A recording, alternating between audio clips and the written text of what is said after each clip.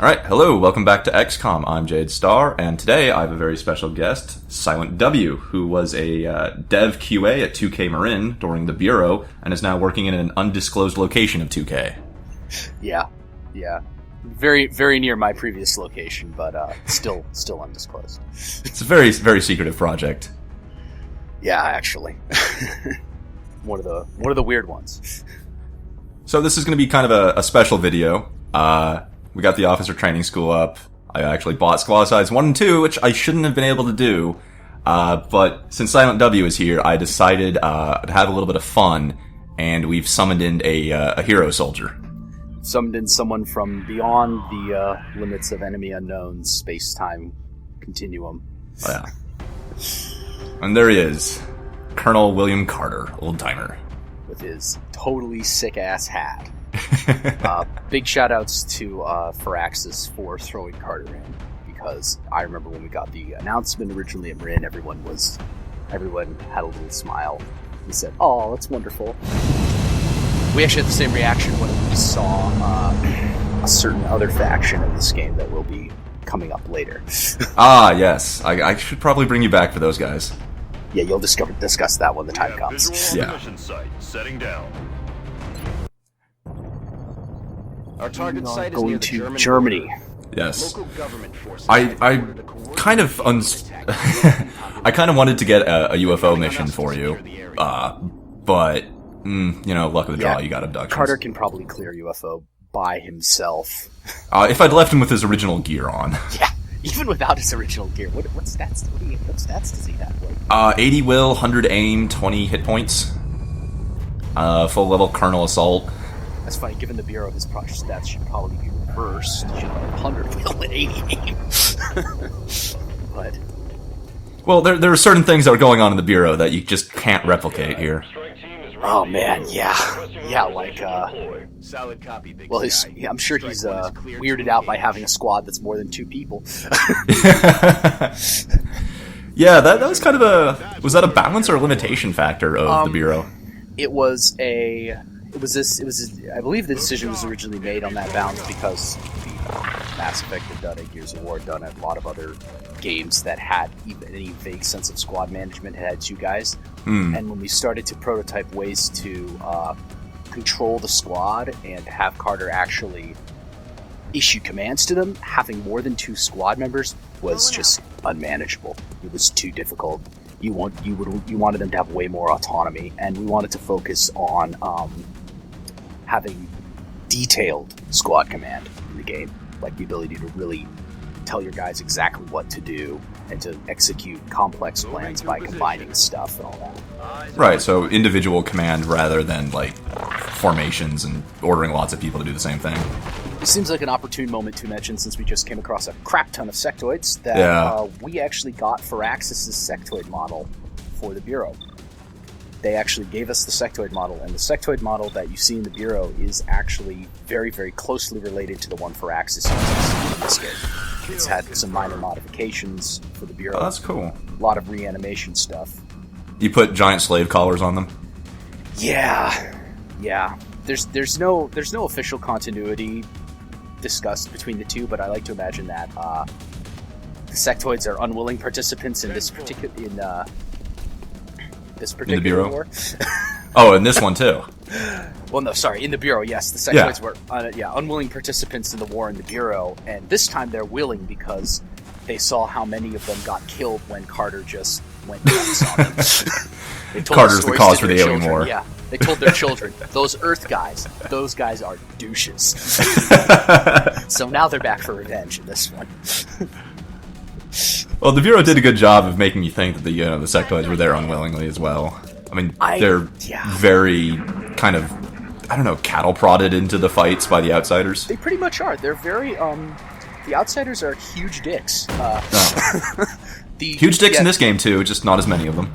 Yeah, the Outsiders in this game are Outsiders compared to the Bureau's in name only. I mean, they took the name and got a completely different concept out of it, which is probably for the best.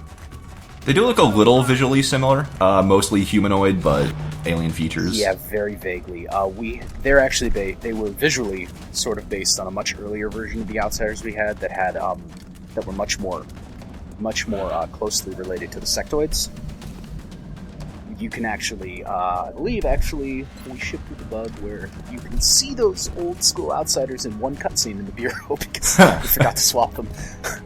But so points to whoever can actually find that. The one cutscene in there somewhere. One cutscene, yes. It's only for about 5 or 6 seconds, but if you're looking, you'll go. Yeah, totally worth playing through the bureau again for that. Yeah, I'm thinking of doing an LP of the bureau at some point. Oh, awesome! With more commentary or something whenever I have time. That'd be pretty cool. Get those mind control guys. I regret that we did not have any mind link type stuff for the sectoids in the bureau because that would have been really cool, but it was much more appropriate for the sectoids to just sort of be cannon fodder. Yeah. One thing I always liked about the previews, I actually liked the early, was it the 2K Australia's design for the geometry aliens? So did I. I liked the 2010 version of the game, which was actually a first-person shooter. The version that everybody saw is the first trailer that I actually saw. That trailer before I was hired, and I looked at it. I was like, "Oh wow, this looks so cool!" And the geometry aliens only exist in the ship form as the Titan, which is sad because he doesn't really fit with the new aesthetic that well. He's still a cool enemy, and he's still a total douche to fight on the higher difficulties. Yeah, what if he was a pain in the ass, just destroyed cover and just chasing you around with the death laser.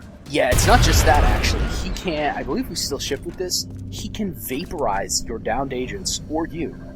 So if you get incapacitated and your agents are coming to revive you, if the Titan's feeling like a dick, he can just instantly vaporize you and give you a game over.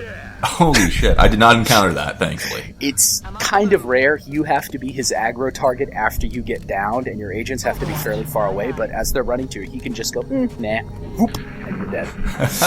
No revives, nothing. He'll do it to your agents, too, a lot, though. Damn. And, yeah, that's a really hard fight. Unless you have a very specific loadout. I think for the most of the time, I went through the bureau. Once I got the heavy plasma pistol, it became my default weapon. The heavy plasma pistol is a very good default weapon. It's the design for it basically called for it to be a magnum revolver of some sort, essentially. Well, a video game magnum. Yes, exactly. It works quite well in that regard. Yeah. It's a very fun weapon to use. Although, really, for my money, nothing beat the rotary plasma cannon. I just hated the warm-up timer on it. Yeah, the spin-up timer sucked, but you could just spin it up and gun down 4 or 5 dudes. It's a gun that's really not meant to be used in cover because the spin-up time makes it worthless. I gave it to my soldier, and they don't have to worry about spin-up times, the NPCs. Mm-hmm. Yeah, there are a lot lot of weapons in the bureau actually that are stealth guys. We had a stealth enemy sort of like that. Actually. You had what was it, outsider commandos that were cloaky? Oh yeah, we had the what were they called? The flankers. That was the internal name for them. Yeah, the internal name for them was flankers because that was their combat behavior. They would semi-cloak and sneak around the side and stuff. They were never very effective because every time we tried to make them more effective, they were way too good. Because we were a cover shooter, so we implemented a lot of bonuses and stuff for going around the side of cover and catching enemies out. I mean, again, very much like this game does. And when you give those, you have to give those bonuses to the enemies, otherwise it's too easy for the player. And if you make the AI really good, oh my god. Yeah, Carter's getting strangled a little bit. Yeah. God, that's funny, because that's, we had something like that in the 2010 version of the game, which was a struggle animations, which was when enemies could grab onto your agents, and they would struggle with them for a while, and if you didn't save your agent, they'd die, or get turned against you, or something equally nasty. It's good to see that they make it fairly easy for you to get that off. Well, you just shoot them. You don't have to kill them either to get them off, but you do gotta hit them, and while they're clinging to somebody, they get some defense bonuses. It's nice, cheap tension. It's not really very dangerous, but it's cool. Oh, yeah, and even if you get them off, you've got this catching breath penalty, which basically takes your guy out of the fight for a turn. Yeah, that's nice. That's nice they did something like that. We had a squid-like enemy early on also called the Ghost, which was a really pissed off space dolphin, essentially. Okay. It made these horrible screeching sounds, and it clicked through walls and stuff. It was a great enemy because it was absolutely goddamn terrifying, but it was almost impossible to fight because it liked to charge up its dive attack at you from inside the walls, and then just come whipping out of the wall at you and hit you. Was in it the face. supposed to be in the walls? Yes. Oh. Their whole thing was they were ethereal, so they could go clip through walls and the ground and everything, and I'm rolling. they were absolutely horrifying to fight after about 5 seconds of trying to fight when you immediately realized that you should probably just leave. Wow. That was also something that we dropped, which was the ability to just bug out of a mission and be like, yep, we're done. That seems like a very XCOM feature, just cutting your losses and getting the hell out. It was, but that was when the game was much more procedural. The way the Bureau ended up being was that we wanted to have a... Kind of a linear story? Yes, there was a story. There was a story that people decided to implement and put in the game. And so if you have a story, everything's obligatory. You have to keep developing all the stuff. That makes sense. I mean, it wasn't a bad story. It was a little silly in some places. I mean, I enjoyed it. I wouldn't have actually really called it too much of an XCOM story, though. No, it wasn't. I mean, we were stuck with the XCOM name. Right. The sleepers things, where did that come from? Oh, man. Well, the whole idea of the story was we moved. Australia's was actually set sort of in the 50s, kind of. We moved into the 60s.